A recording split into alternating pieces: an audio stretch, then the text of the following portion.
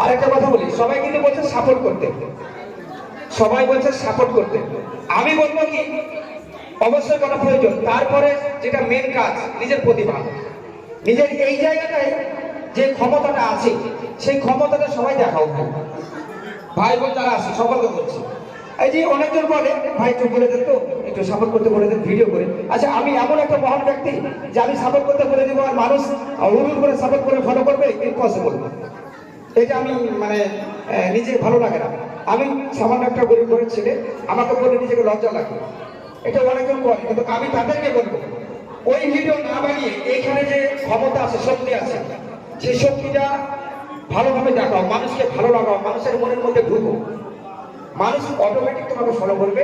আর এখন একটা সাবস্ক্রাইব, একটা ফলো আসে মানে বানাতে অনেক কষ্ট হচ্ছে, কারণ প্রত্যেকটা মানুষ জেনে গেছে যে প্রচুর ইনকাম করে ফেসবুক। অ্যাকচুয়ালি যারা ভিডিও বানায়, যারা করে, তারাই জানে যে ইনকাম কেমন।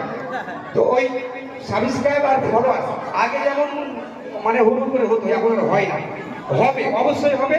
শুধু এই ভিতরে যেটা আছে সেটা খুলে দেখাও, মন খুলে দেখাও, অ্যাক্টিং, কমেডি, সাইড, মানে যে যেভাবে ভিডিও বানাও, হ্যাঁ, সেভাবে তার ভিতরে ক্ষোভটাকে প্রকাশ করো।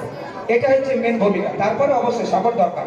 সাপোর্ট আমাকে করতে হলে আমি অবশ্যই করবো, আরেকজনকে বলে সে অবশ্যই করবে, কিন্তু 2, 5, 10 সাপোর্টে কিছুই হবে না। মানুষের মনের মধ্যে ঢুকতে হবে, প্রত্যেকটা মানুষের মনের মধ্যে। মানুষ যেন ভালোবাসে, এমন কিছু ডায়লগ বলো, এমন কিছু অভিনয় করো, মানুষ এমনি ভালোবাসে। আমরা যেমন অনেক ক্রিয়েটারকে পছন্দ করি, আমাকেও কিছু মানুষ পছন্দ করে। আমার যেমন আমি জীবনে ভাবতে পারিনি যে কোনোদিন মেয়েদের ভিডিও করবো আর ইনফ্লুয়েন্সার নামে পরিচিত হবে। শখ ছিল, ইচ্ছা ছিল, আগাগোড়ি ডান্স প্রোগ্রাম করি। বয়স যখন 13-14, তখন থেকে নাচ প্রোগ্রাম করি। রানীনগর ব্রাইট ডান্স গ্রুপ, বাবলা জমা ডান্স গ্রুপ, তারপরে 6 বছর লাগাতার বিহারে প্রোগ্রাম করেছি। মানে এমন একটা আমার বাড়ির অবস্থা যে আমি যদি ভিডিও বানাই কাজ যেতে পাবো না, কাজ না করলে বাড়িতে বা খেতে পাবো না, এইরকম গরিব ঘরের ছেলে আমি। তো হঠাৎ করে একদিন কি করে ওই স্বামী স্ত্রীর ঝগড়া, কিছুই না, বসেছিলাম আমার পার্টনারদেরকে নিয়ে, মানে কি ভিডিও বানাবো। আর একটা সব থেকে বড় কথা, ওপরবেলা হয়তো এই জিনিসটা আমাকে মাথায় দিয়েছে। আজ আমি 4 বছর থেকে সোশ্যাল মিডিয়ায় আছি।